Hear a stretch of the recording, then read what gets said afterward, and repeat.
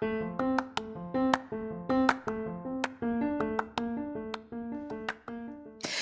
there, and welcome to the daily podcast where wisdom smacks us with kisses or love taps. I'm MichelleSpiva, a wisdom strengthening coach, your host, and practical priestess of wisdom. Mwah.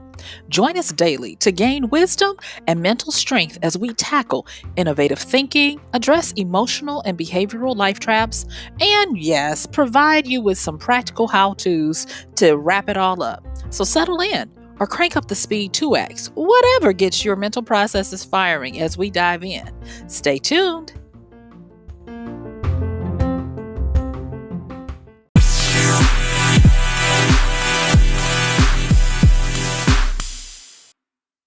Yay!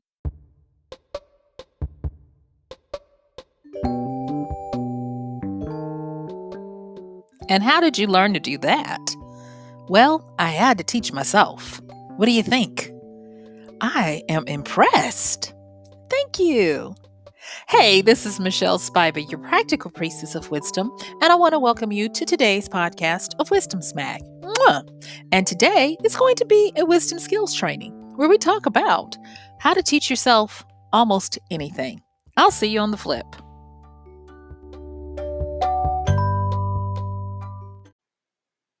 All right, let's get into it.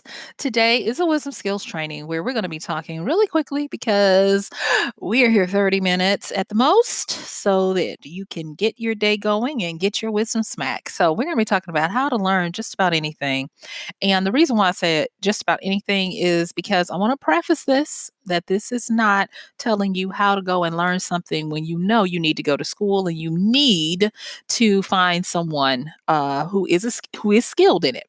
So this is when you're in a pinch, you need to learn it and you need to get it done, or when you can't seem to find how anybody else has ever done something before. Okay, so let's just start with some of the basic things that you can use. And these are things I use all the time to go and discover things that I'm looking for specifically that, like I said, you can't find on your own. All right. So, and a lot of it is very contemporary and it is easy. So it's not going to be where you have to go and pay anybody any entrance fees to anything or buy any books. Okay.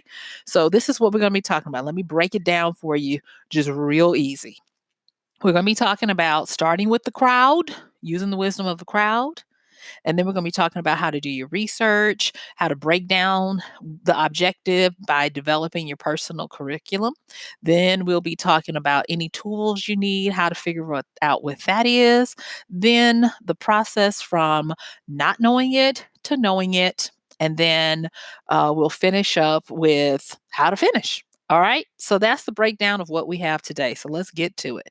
First of all, wisdom of the crowd is important. Now, I know I have bashed the crowd in a lot of different podcasts talking about crowd think, group think, herd mentality, and all of that. But there is a wisdom of the crowd that does exist. And it has been documented that when you want to know something and you poll a lot of people, the crowd usually gets within a close proximity to a fairly right answer, whether it's guessing on something that is quantitatively definitive or on something that is qualitatively opinionated, provided the crowd is not all answering at the same time, meaning that they're not all being swayed by one group of thinking or not. Okay, so there's that.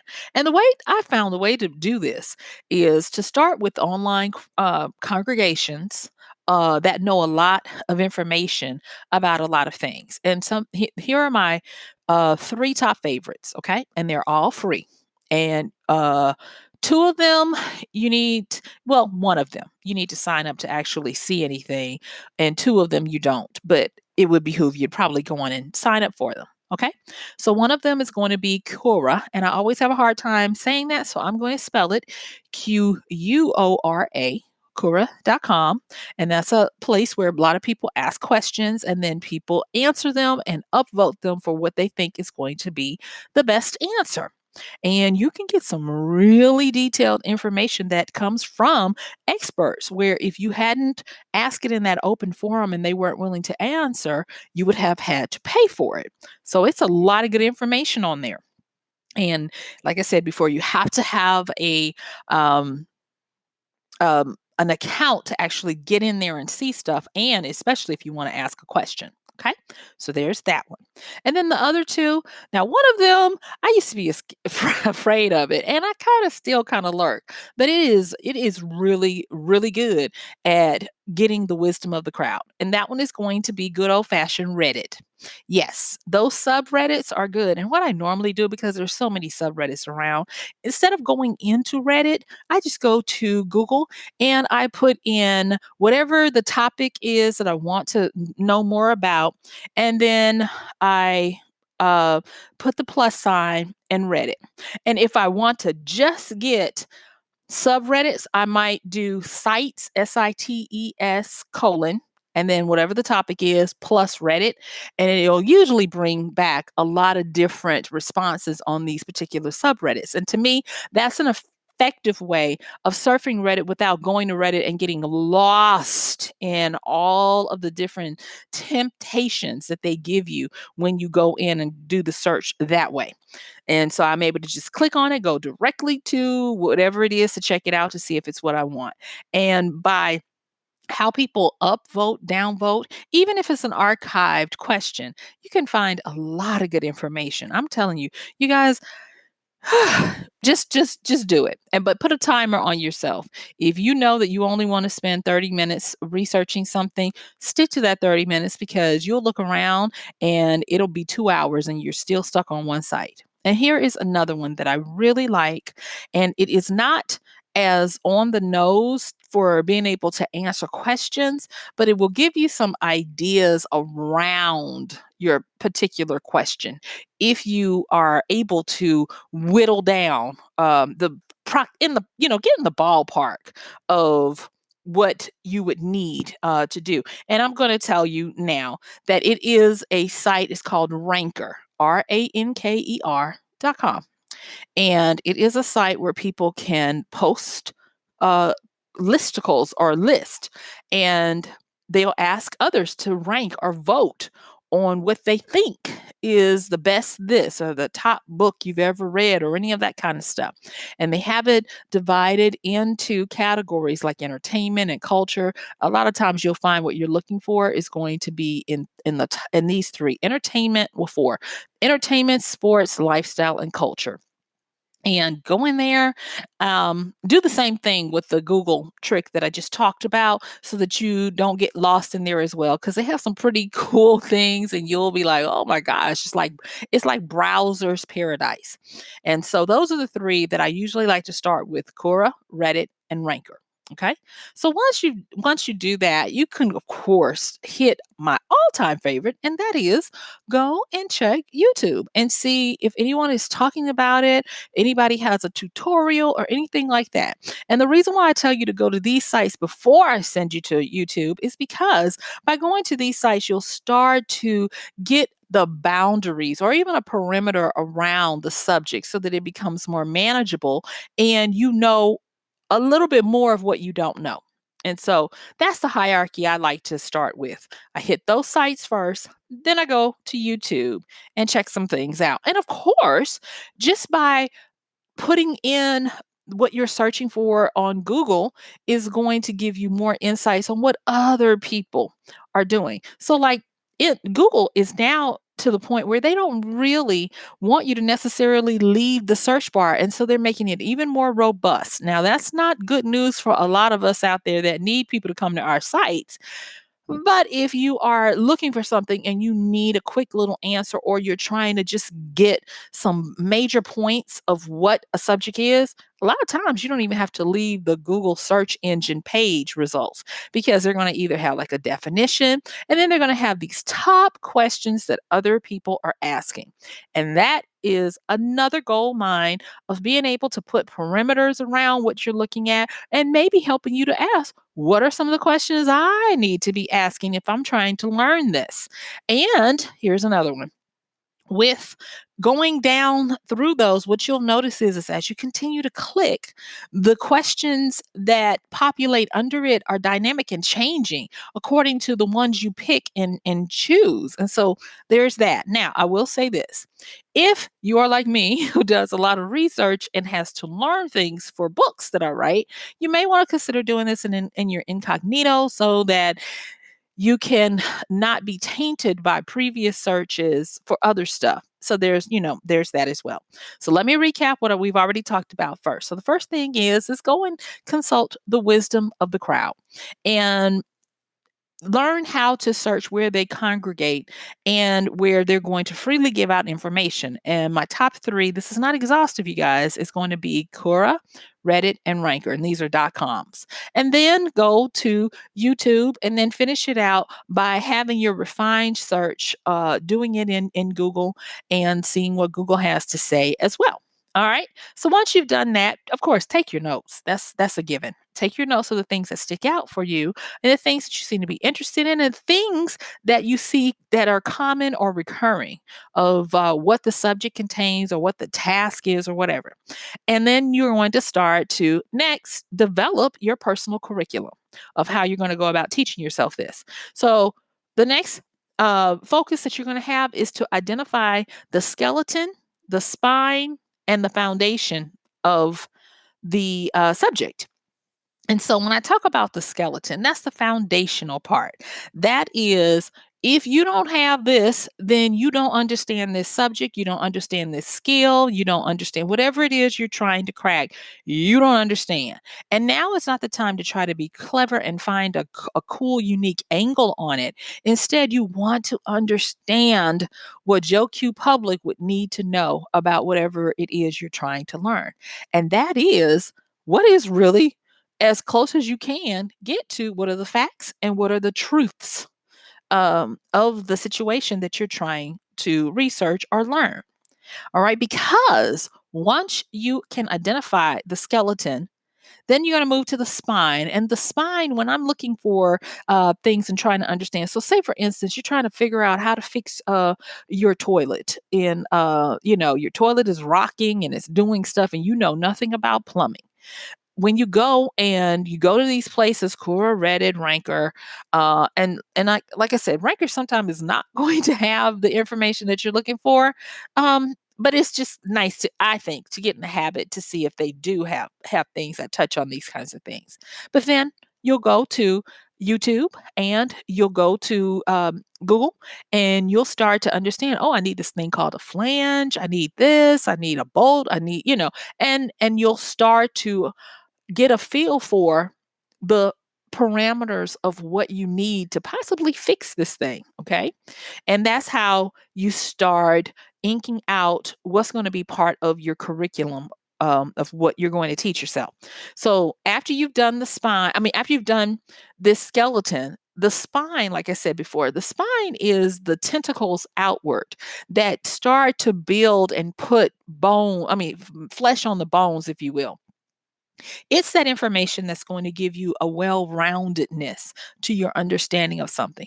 It's going to be things like what to do in this situation or how to handle this.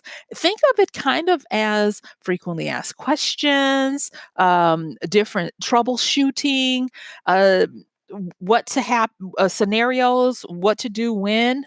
Those are going to be some of those things that naturally occur in the spine area of what you're trying to learn.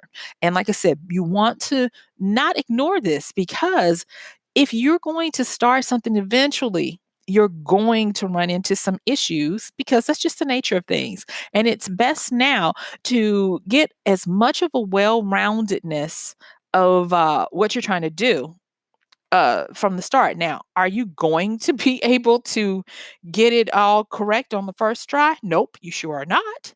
But what you will do is you will have a firm foundational understanding of what it is you're doing. Okay. And then after you get the skeleton in the spine, then you want to look for any kind of opposing views or schools of thought within whatever it is you're trying to research. Now, I will tell you this. I have been in my relax, wind down, stop thinking about so much stuff time, I have become enamored with people who are building their own homes for the first time, who are not builders, don't know what they're doing. And so I have been watching them on YouTube, and I've started to see the theme of how to teach yourself anything comes about. And that's another reason why I'm sharing it with you. Because what I am seeing is that these people are doing the same thing. They are first seeking out the wisdom of the crowd by going in and looking at these places. And if there are specific forums that they need, then they're moving to YouTube and Google. And then the next thing is they're trying to figure out what is the foundation that everything is built upon. Once they make decisions of what kind of building they want, what kind of tools they're going to use, what is the budget and the cost. See, those are the starting to spine out. Then they're, looking at different ways based on their situations, whether it be budget, labor, land, opportunities, whatever it is. And it kind of just fits in this model. And I was like, huh, okay. And so this is the big thing that I have been seeing with people who have been building their own homes and watching them on YouTube and checking them out in different little nooks and crannies online. And that is to learn the opposing views, sides, and schools of thought, because you got sides here that are like tiny house. Some people are like container homes, shed homes, homestead, earth ships, all of these different schools of thoughts for sustainability. And like I said before, it can be varied. And so you got people who just want to build their own home. They're not trying to save the earth. They don't care about that. They just want to have good sturdy shelter that's affordable, where they don't have a large mortgage. There are then some people, they just want to have as little of a carbon emissions footprint as possible. And so just by getting a feel for all of the different opposing opinions, these people have started to understand how whatever they are doing, they are able to understand who's behind the advice and the opinion, and how it might be, and I don't want to say tainted, but how it might be skewed depending on what school they're in. And so that is another thing that we want to make sure of, that you learn what are the factions, what are the teams, what are the schools out there in your particular area. Um, for people who are trying to figure out how to add additional supplemented education for their kids in their formative years. Honey, there are lots of schools of thought. There's Montessori. There's so many different ways to approach the child, whether you're trying to be didactic and logical, or you're trying to be creative, and all of these different things. And so it behooves you, when you're trying to teach yourself something, to not skip that point. And so then, now I've talked about this so much that you guys, if you followed this podcast, I've talked about the skills that I learned from this book called How to Read Literature Like a Professor, and how the professor talks about whenever good professors of literature approach anything, they're always using three things to compartmentalize, chunk down, and make sense of what they're reading. They're looking for patterns. Have I seen this before? They're jogging their memory, meaning that their memory database has got to be large, meaning they have to be well read. They have to be continuously putting new inputs in, and not just resting on their laurels of things, so that they can create more patterns. And then they're also looking for archetypes and symbols, so that they can see if this is code for something else. And that's the same thing when you're trying to learn something. Are there any memories, patterns, or symbols from what you already know that you can use to make the connection and make the learning easier? Because if you are able to synergize what you know with what you're trying to know, it makes it easier. You'll find yourself saying to yourself, it's sort of like, or it's kind of like. And that's when you know it's starting to work, and your brain is learning and inputting and stamping on it the different templates that it already has in its archive to help you better assimilate and associate the new information. So don't leave that out. And then we come to brain dumping. Yep, brain dump everything that you know or you think you know at this time. Because if you don't, you're going to get in confusion. And I'm really bad about this. I'll do all my research, I'll even make my notes, but then I won't turn around and brain dump. I'll try to skip that and immediately start trying to organize it, and I'm all over the place because I'll think I have it organized and then something will pop up like, oh yeah, I wanted to put that in there. And if I had just gone and brain dumped everything I had up until that point, I would have had it out of my mind, on my page, on my paper, and I would have been able to include it and be more efficient in how I'm developing this curriculum and not waste so much darn time. So I'm trying to tell y'all, don't forget the brain dump stage, because after that, you're going to move into organizing and putting stuff in an order.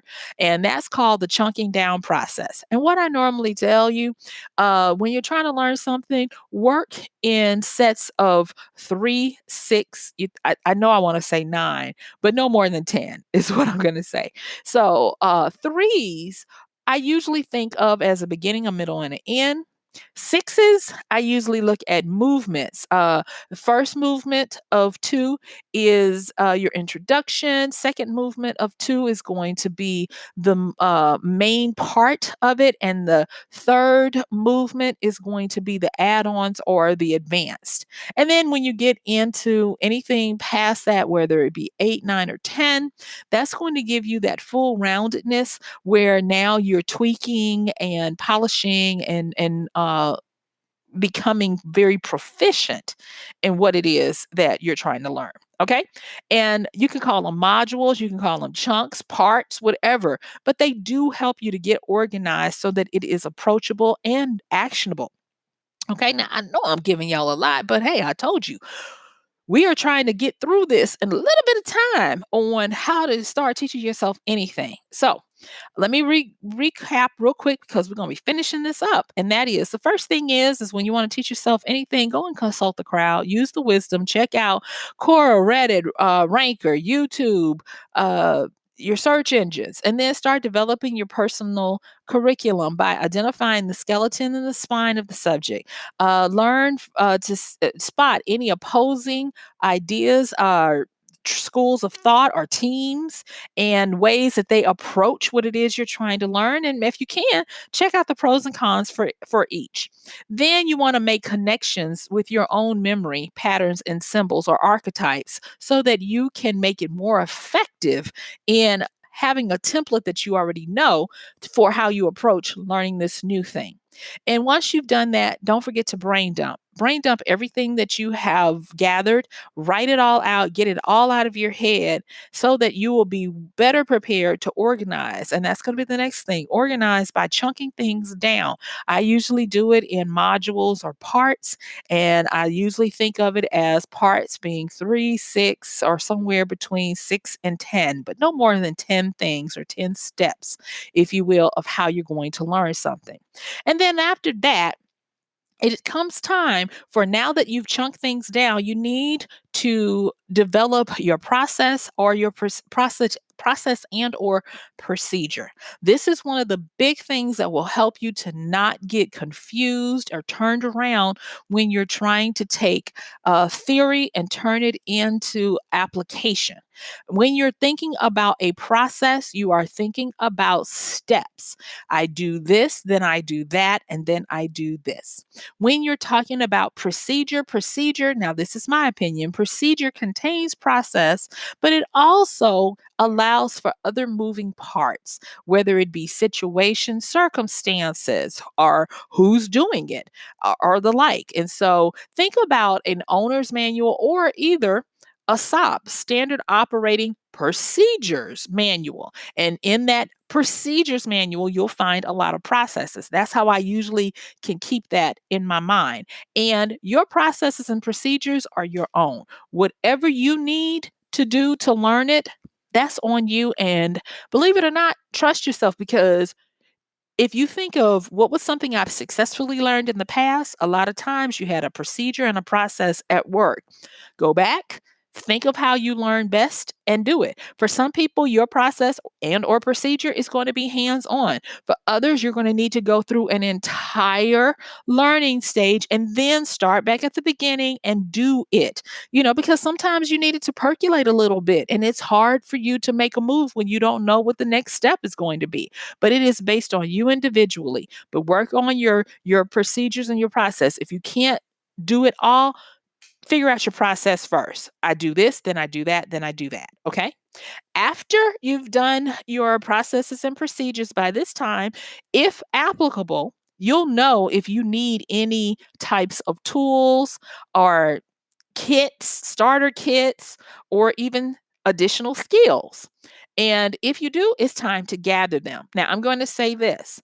The wisdom of the crowd is really good at helping you to understand what is your starter tool kit and what is something for someone who is versed in this. And they differ for a lot of reasons because as you become more proficient in whatever it is you're trying to learn or do, the tools for the person who is proficient a lot of times don't work for the beginner. Think about Photoshop, where Microsoft Paint might be the best thing for you to start with, or Sumo Paint online, or something, or Canva might be a better place for you to start if you're trying to teach yourself how to draw or do graphic design or those types of things. And so understand the necessary starter tools, not necessarily the tools of the trade, but the starter tools, and get those so that you'll be able to have a better chance of making them successful. And then this one, this one seems like it is a duh, but I'm going to say it anyway. Schedule a time to learn and practice. You have to schedule a time to learn and practice, or all you'll have is just sophomoric surface knowledge that is nice to know, but it becomes trivial where there's no application or experience behind it. Okay. And once you have scheduled your time to learn and practice, I want you to be prepared for the four stages of learning a skill. Josh Kaufman, in his book, The First 20 Hours How to Learn Anything Fast, he talks about these four skills. And I am not using exactly the words, but he talks about you're going to first go through the frustration stage.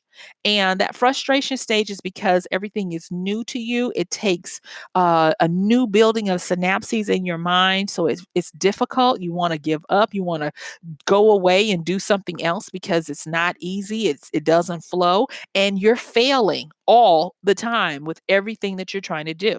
But he says to just push through it because it is actually going to be the shortest part of this four-part cycle. And don't get deterred. Push through the frustration cycle to move to the practical cycle. This is where you're actually going to be practicing and doing all that procedure and process we just talked about, and getting to the point where you get some right and you still get some wrong, but you're not a total newbie where nothing is right. And if you keep on with the practice, then you'll get into the area of proficiency. And proficiency means that you're okay. You can make a go of this. You're not perfect, but it looks like you're doing it. You're having your first signs of success. And then from there, if you continue on, then you'll start moving into the area of becoming a practiced master. And that's where it gets into that 10,000 hours range with Malcolm Gladwell talking about mastery and those types of things. But these are just the tips for how to get started to learn something. So be aware that you're going to have your frustration stage, then you'll move into your practice stage, and then you'll move into proficiency. Okay. And then in our last few moments, I want to talk about this is very important. When I'm teaching people how to write a book or how to market what they've produced, it is all of these things I've just talked about. This it seems like a sea of knowledge, and it seems daunting. But one of the things that I have had to encourage people to do is we have gotten you this far, and you have gotten yourself this far by doing the work. One of the biggest areas for failure is finishing. A lot of people don't finish what they start. They will actually get to the point of being proficient and giving it a go, and then they'll stop. Now, it's too many reasons to list here in the little time we have left, but I will say be aware of that you need to finish. Even if you've lost interest, even if imposter syndrome comes, you need to finish what you start. And in order to do that, I'm going to say this, that there becomes a time when you're learning something, you want to finish it, but you want to finish it with a little bit of as much proness as you can. And that comes with polish. That comes with being able to go and start getting feedback from people. If applicable about what you've learned, and being willing to accept correction and to tweak erroneous processes that you may have made, and start to pick up the tricks and the tips of the trade. You'll start to learn the loopholes and the workarounds and the shortcuts that the pros use. Where you thought it was this way, the pros are like, "Oh no, you just do it like this." And because they have all those years of collaborative work and coordination, they have been able to get to the point of doing it the best way with the least amount of effort. And yes, nobody's perfect, and you might see some new ways to be innovative to make it better. Good for you. But most of the time, that's not going to be the case. So be willing to finish with polish. And as you start learning whatever it is, also remember the power of collaboration and coordination with others, because collectively you can learn a lot. And so don't think that you're necessarily out in the desert by yourself. Reach out and see if there are other people going on the same kind of learning journey as you. So, guess what? Yep, my time is up. I thank you for yours. This has been Michelle Spiva, your practical priestess of wisdom, with another podcast of Wisdom Smack. Mwah. Don't forget to check the show notes, and I'm going to see you tomorrow. Bye.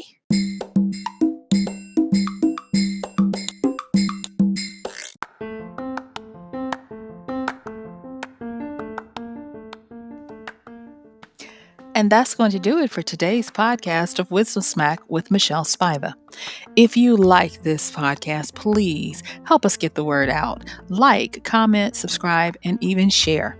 And if you really like it, please help us continue to get the word out by considering using this show's link for Amazon. So when you want to go to Amazon and you do all of your general shopping, please use MichelleSpiva.com/AMZ. It's simple as that. It doesn't cost you anything extra, and this show might receive a little bit of commission that will go towards helping to further get these episodes out to you and to others. So thank you so much for listening. This has been Michelle Spiva with Wisdom Smack. Bye.